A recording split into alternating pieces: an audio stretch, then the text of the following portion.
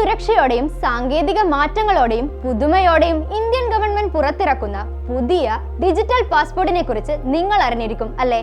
2024 ഏപ്രിലിൽ വിദേശകാര്യ മന്ത്രാലയത്തിന്റെ പാസ്പോർട്ട് സേവാ പ്രോഗ്രാം 2.0യുടെ ഭാഗമായാണ് ഡിജിറ്റൽ പാസ്പോർട്ട് എന്ന ആശയം പിറന്നത്. നേരത്തെ ഇന്ത്യക്കകത്തും മറ്റു ചിലയിടങ്ങളിലും മാത്രമായിരുന്നു ഇതിന്റെ ലഭ്യതയുണ്ടായിരുന്നത്.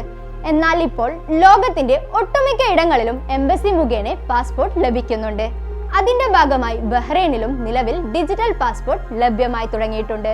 പാസ്പോർട്ടിന്റെ മുൻ പേജിൽ ഘടിപ്പിച്ചിട്ടുള്ള ഒരു ചിപ്പ് മുഖേനയാണ് പാസ്പോർട്ട് പ്രവർത്തിക്കുന്നത്. വിരലടയാളം, മുഖചിത്രം, വ്യക്തിഗത വിവരങ്ങൾ, ബയോമെട്രിക് വിവരങ്ങൾ എന്നിവ ഈ ചിപ്പിൽ അടങ്ങിയിരിക്കും.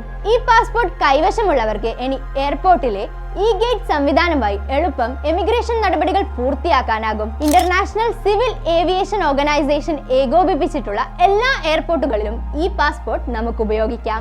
സുരക്ഷയും വേഗത്തിലുള്ള പ്രോസസ്സിംഗും ഈ ചിപ്പുകളുടെ പ്രത്യേകതയാണ്. വ്യാജമായോ മറ്റോ ഇനി പാസ്പോർട്ട് നിർമ്മിക്കാൻ കഴിയില്ല എന്നാണ് അധികൃതർ ഡിജിറ്റൽ പാസ്പോർട്ട് പുറത്തിറക്കിയതിലൂടെ വ്യക്തമാക്കുന്നത്. 59ഓളം രാജ്യങ്ങളിൽ നിലവിൽ ഈ പാസ്പോർട്ട് സാധുവാണ്.